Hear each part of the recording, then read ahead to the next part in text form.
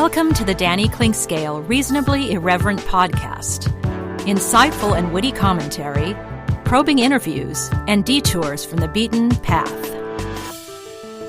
Welcome to Monday Musings, Danny's Sports Watch, and it's pretty hard to get all smiles across the board when you're talking about a local sports weekend or span of time, or in the sports world as a whole in general. But on the local scene, and one of the things that we're paying attention to, perhaps at least a light grin of a weekend. And maybe one of the best points was that the Sunflower Showdown actually was a game. It was an entertaining game. It was a game that had some intrigue and some tension. You kind of really felt all along that Kansas was going to pull it out, but there were times in the second half you're like, hey, maybe K-State has this miracle in them. Well, in the end, a scoring drought, good Kansas defense, and plenty of Devon Dotson were enough to get the job done, as Kansas State didn't indeed have enough and lost their 9th straight game. That certainly is one of the frowns of, this sports season overall. You can't say the year because it's 19-20, but K-State has been a real downer. On this day, though, they at least produced a good atmosphere at Bramlage Coliseum. They did play hard. They did give Kansas a fight. They did defend Udoka Azubuike particularly well. Now, he was hampered by injury a bit, but still, they had a good plan against him. But Devon Dotson was just great. He was really the only Kansas player who had a good day offensively, but it was certainly enough as Kansas gets the win and gets the kiss from TCU as they knock off Baylor, and Kansas moves into first place solo with just 1 week left. It's not over yet, as Kansas does have a tough game at Texas Tech, but it's hard to see that they won't at least be sharing the championship with Baylor, and really, in all likelihood, an outright championship as they get back on the horse that they were only thrown off for, seemingly, for 1 year. But some fight out of Kansas State, a good atmosphere for a game, an entertaining game for the fans, and at the end of the day, Kansas, a first-place team, and they are really playing their best basketball, although this game was really more reminiscent of the middle of the conference season or the early to middle part of the conference season where Kansas was grinding out wins, but you're just not going to continue to play electric basketball like they had for the past few games, and Devon Dotson perhaps made himself a case for Big 12 Player of the Year in that game. Missouri Tigers couldn't get it done. It was kind of a similar game to what Kansas State played against Kansas. Real seesaw affair as Missouri fell behind, came back, fell behind again, came back, but in the end, just launching three-pointer after three-pointer did not seem to be a good strategy, and they lost, and they are cooled off, at least for the moment. But the performance of the weekend certainly belongs to Sporting Kansas City. A lot of talk from them about how they want to be back. Big acquisitions were made. The season last year was a major disappointment as they missed the playoffs for the first time in a long time, and they went to Vancouver and put on a show. They were excellent in the game, winning it 3-1, getting some electrifying goals. We'll talk about that, and certainly something a little bit different for Sporting Kansas City. And the other great part was that the players that they did bring in who were expected or hoped to provide a jolt did just that. So lots going on for us to talk about, and a few other detours as well. And it's all on Monday Musings, Danny's Sports Watch. It's right here at the Danny Clinkscale Reasonably Irreverent podcast. It comes your way each and every Monday, and we'll get into it next. We're here with Joe Spiker, the president of Easton Roofing. And Joe, you worked for other companies in the construction industry. What inspired you to start your own company in Easton Roofing? Well, Danny, when you are working for somebody else, you oftentimes don't get to see the project through from beginning to end, and you don't get the final control over the customer experience. And I wanted to build a place where people can come and get work done on their house and not have to worry about being treated the wrong way, and get a good customer service experience start to finish. The company slogan is "Where Integrity Matters." Why is that so particularly important to you? Well, for us, what that means is treating each other with respect at work, treating our clients with respect, and making the right choice, especially when no one's looking. So when you're presented all the time as a contractor with choices that have to be made are you going to make more money on this if you cut a corner? And we just wanted to make a place and a slogan that said to our people and to whoever is our customer, we're not going to do that. We're going to make the right choice regardless of profit. Easton Roofing, where integrity matters. Are you thinking of starting a new business? Does your current business feel stuck? Or are you just trying to grow what you already have? Running a business is a lot of work, and it takes the right team to make it all happen. If you're looking to grow your business, call my friends Ben and Greg over at Fuego Consulting. They put together a company that can help you reach your business goals. Whether you're looking to get online, build a social media strategy, or rebrand your business, they can help. Call Fuego at 816-663-9695 or visit them online at fuegoconsulting.com. Fuego Consulting. Let's grow your business together. We're visiting with Larry Marshall, former Chiefs defensive back and punt returner and now a Chiefs ambassador. Larry is a former pro football player with the aches and pains that come with that. And moving on in age, as we all are, what do the Canaway CBD products do for you? It's been a great relief for me. Being a punt and kickoff returner, collisions were a mainstay of my career, and these Canaway products, the salve especially, has really helped me try to get through every day with the aches and pains that I've had over a career of 7+ years in the NFL. I get similar benefits as well, particularly with my back. Certainly wasn't a football player. What's the best way for our listeners to get more information about the great products themselves? Well, I'm so enthused about it, Dana. They just contacted me at larrymarshall.canaway.com, and I can give them all the information they need to help them get through the day as well. Start gaining all the benefits that Larry and I do from the trusted and reliable line of Canaway products. As Larry said, visit larrymarshall.canaway.com and get information on all the great products from Canaway. If you'd like to join these and other great sponsors and market your business to a growing and engaged audience, contact us at danny@dannyclinkscale.com. Look forward to hearing from you. Back on Monday Musings, let's talk a little KU and K-State. It was an entertaining game, not the most electrifying offensive game on either side, but the teams were playing tough defense and they were working hard, and Kansas looks like maybe they were going to continue the misery of the Cats when they jumped out to a 9-point lead early, but really once K-State got themselves back into the game, it was really a tight game throughout the proceedings, and it was a tight game because K-State had a good defensive plan in the game. They did a good job and have enough big players to be able to play against Udoka Azubuike, and they were intent on doubling him. And Devon Dotson, what a great game, and they needed it certainly, but you put up 25 points on 11 shots, and you're just doing something special, and hard drives to the basket. Sometimes it's a little mystifying, having played a lot of basketball in my day, that Devon Dotson is quick, but still he only really drives to the right, and somehow it seems like teams just still can't play that extremely, just cheat a lot to make him go back to the left. Sure, he can drive to the left, but you want him going back to the left, and he gets around the corner and turns that corner a lot of times when it really, really matters, and he was just great in the game. He was the difference maker, and there's a few other players in the mix, and Udoka Azubuike certainly has been a powerful force for Kansas, but Devon Dotson, with this game, elevating it in a game that he was really needed, and he's leading the league in scoring, and he's doing a lot of things well, great free throw shooting.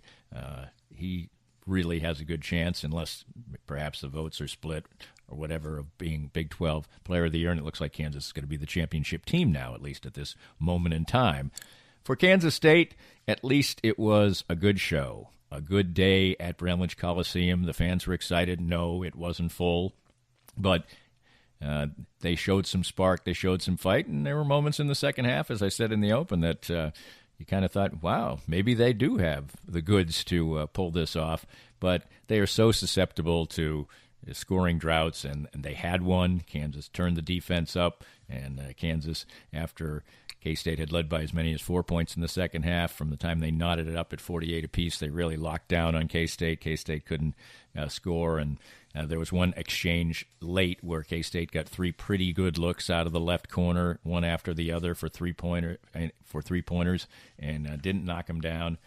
Cartier-Jara did not have a good day from behind the arc, and so K-State just not quite enough for Kansas. As Kansas wins their 9th straight road game, they are rocking and rolling at 26-3. They are the top team in the country. They are the top team in the conference, and the conference has really become kind of just a three-part deal. There's two really good teams at the top, Kansas and Baylor. Baylor dropped the game to TCU, and it wasn't particularly close. And so they're 14-2. They're going to be the 4th or 5th ranked team in the country. And then there's a huge drop-off, 5 games difference, and Texas Longhorns all of a sudden are alive, and they won another game, knocking off Texas Tech, and they are now 9-7. And Shaka Smart was on the hot seat, and now they seem, even with a couple of losses, very likely to make the NCAA tournament at the very least. But 6 teams in a big group from 9-7 to 7-9, and then, of course, a couple at 5-11 in Iowa State and Oklahoma State. And Oklahoma State's played a little better basketball of late. And then the Wildcats of Kansas State, an easy, there's 5 games between second place and third place. There's 3 games between 9th place and 12th place, and 10th place, rather. And K-State mired in the bottom of the league standings. And I don't know what could make things have a little bit of a smile on their face. The only thing that you could do is maybe win a couple games of the Big 12 tournament and get your fans fired up a little bit. But it's certainly a wait till next year thing for the Kansas State Wildcats. But Kansas fans have got to be beaming right now. You look all around the country. I just spent a while yesterday wading through all of the conference standings. All of them, all of the Division I standings, just scrolling down on ESPN. And it is remarkable how many teams are losing a lot of games, even teams that are close to being ranked. Look at the teams in the Big 12. Yesterday, both Texas Tech and West Virginia, the only 2 remaining ranked teams in the Big 12 besides Kansas and Baylor, they both lost. And those teams were ranked. They probably won't be later today when the rankings come out. But they've lost. Those 2 teams have lost 11 games in the case of West Virginia, and in the case of, they both lost 11 games.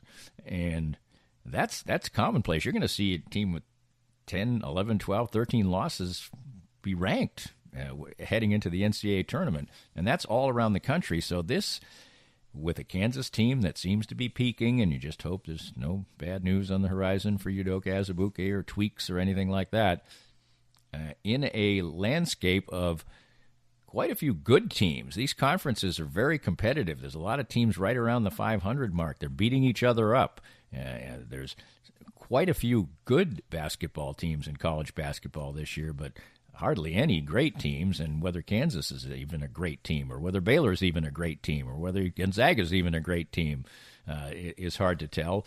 But they're great by that standard, and there's some separation there. And I think the Kansas fans have got to be feeling great right now, as a lot of things are going well. The adjustments have been made, playing Devon Dotson more off the ball, playing a pure one big man lineup almost all the time.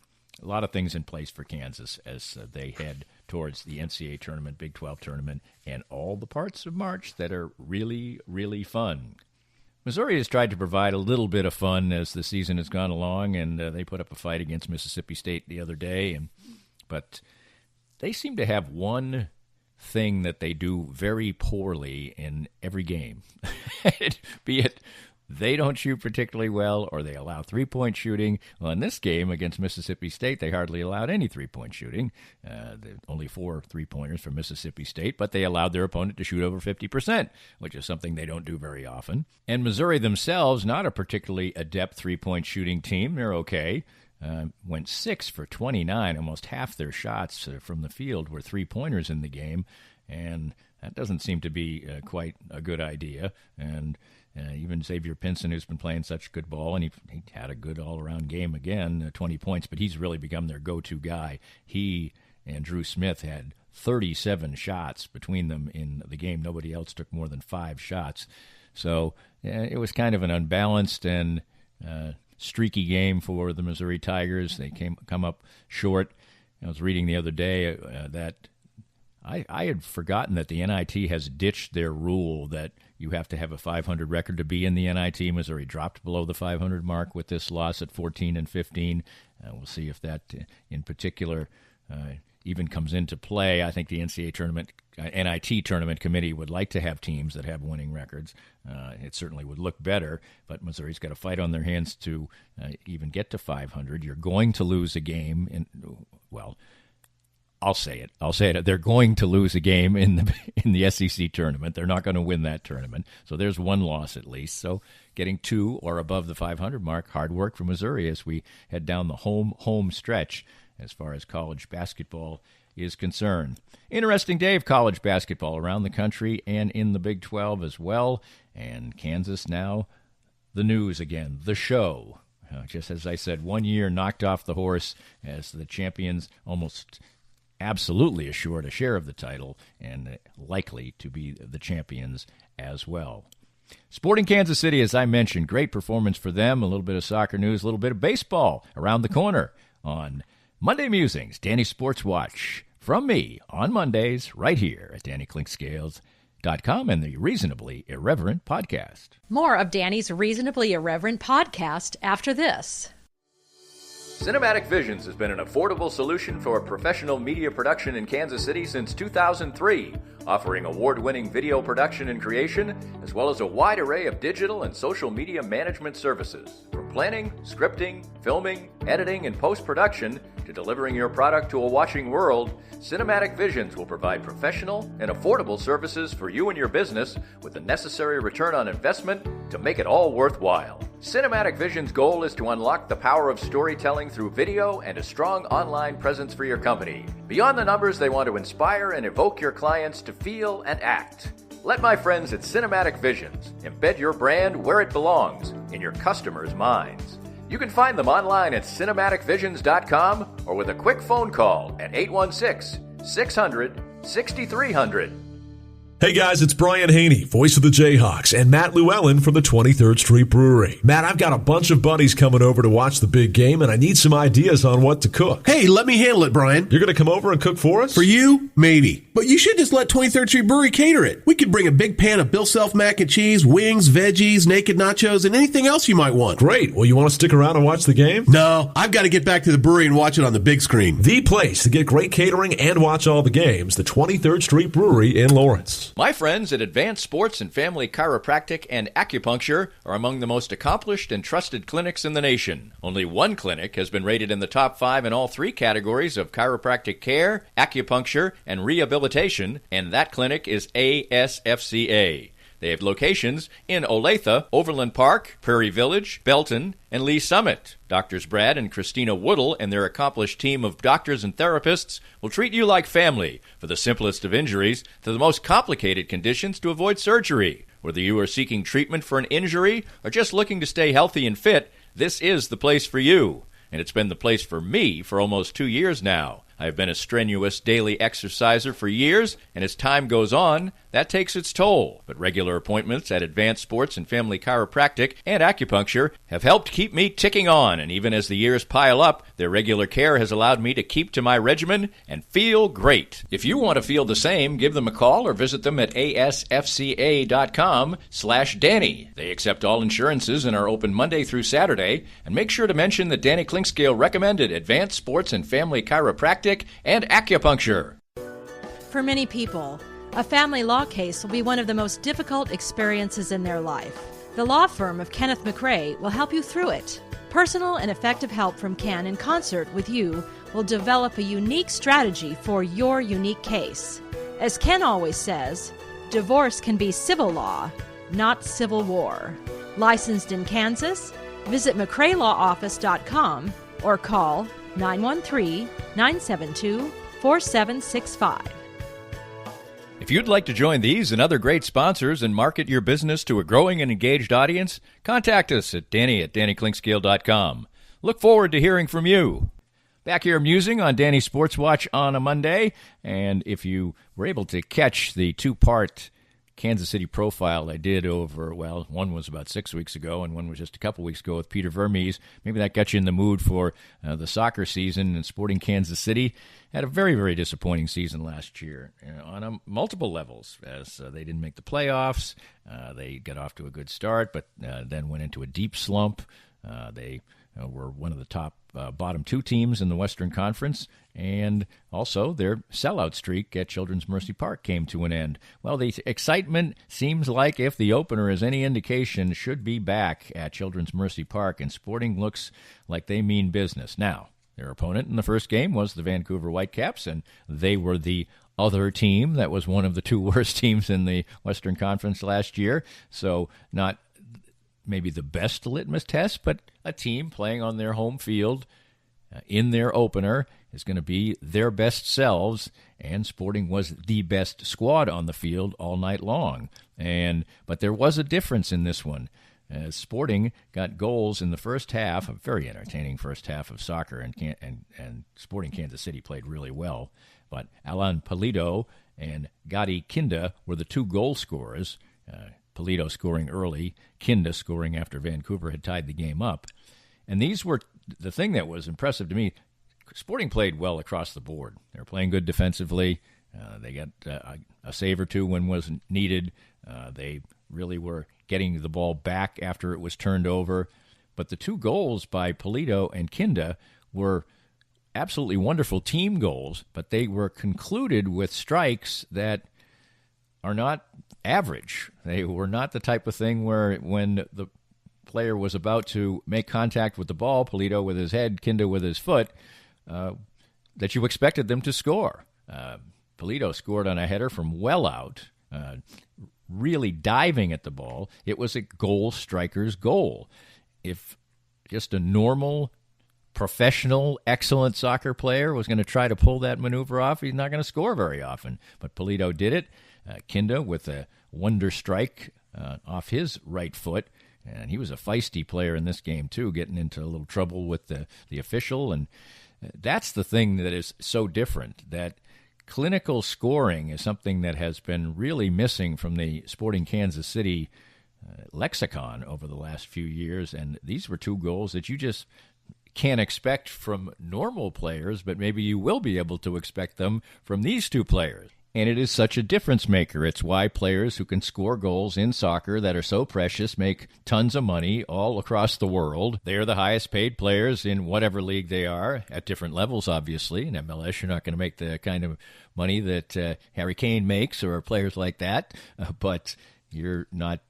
But you are going to be a top dog as far as price is concerned. And Sporting paid a record amount for Alan Pulido, and he came through and performed and got that goal. And it's so important. I mean, one goal in soccer is a nice day, two is a really good day, and three is a cavalcade of goals, and Sporting did get three, as they got one from Eric Hurtado in the 95th minute in stoppage time to cap off the win. The other thing that was impressive is any team down 2-1 on their home field is going to put up a fight, and Sporting had to withstand a lot of pressure in the 30 minutes or so that was really turned up by Vancouver late, and Vancouver certainly did put pressure on, but Sporting handled it with a lot of aplomb and a lot of poise, and it was really an entertaining soccer game. Yes, it was late at night, but it was fun for the Sporting fans to get that. They'll get the home portion of their schedule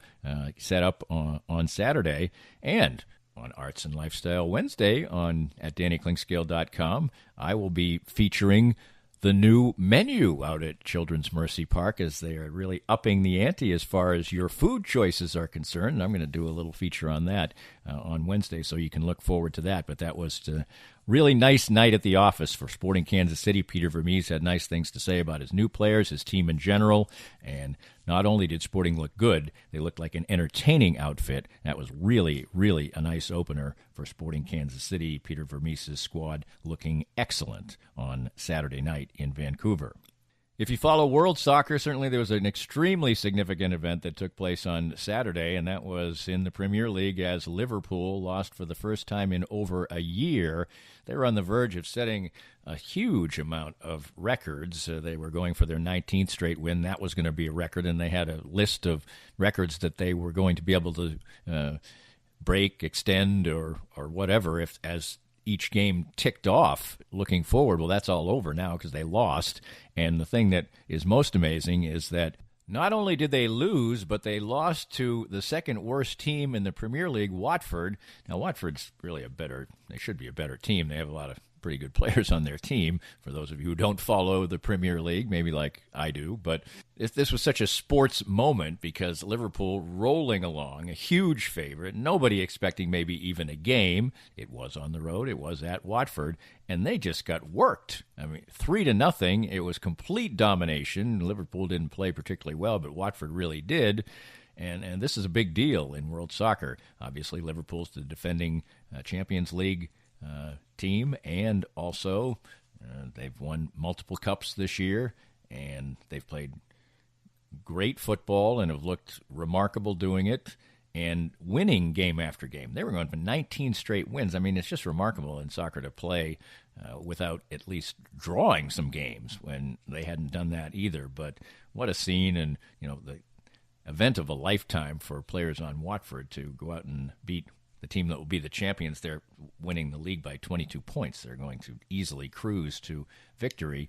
And last year they finished second in the Premier League with a total that would have won the championship in year after year after year. So kind of a seismic event in world soccer over the weekend as Liverpool falls. Slightly less significant out in the desert, the Royals are playing ball games and putting up some stats, and I think maybe one thing that says it all about what spring training is like is that Bubba Starling is hitting. He's hitting for some power. He's hit a couple of home runs. He did that last year, and then, of course, went out and struggled mightily. And so there's that. He's hitting. Does it mean anything? No. And if you want it to mean something, you also have to accept the fact that it doesn't mean anything because Whit Merrifield is 1 for 12 and hasn't got a hit and hasn't got an extra base hit. He got one hit, one measly hit. Salvador Perez doesn't have an extra base hit.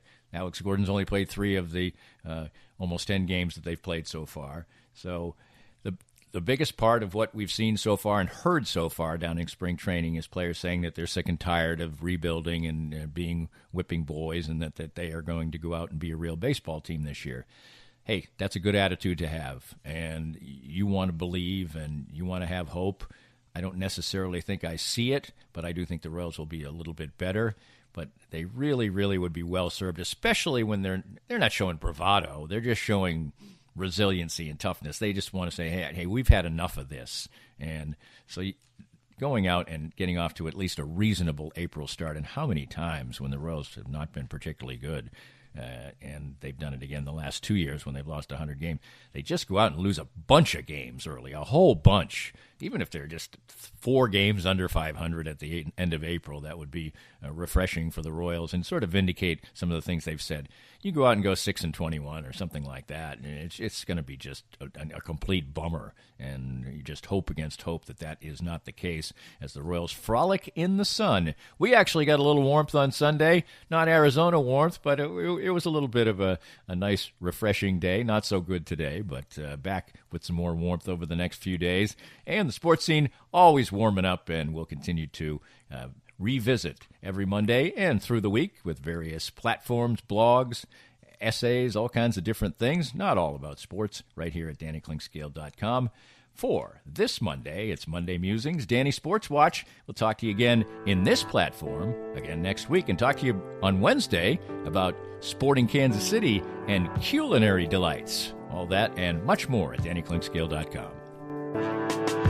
This podcast was made possible by our great sponsors like Easton Roofing, the presenting sponsor of Kansas City Profiles at the Danny Klingscale Reasonably Irreverent podcast. Easton Roofing, where integrity matters. We hope you enjoyed the latest Danny Klingscale Reasonably Irreverent podcast. Come back soon for something fresh and new.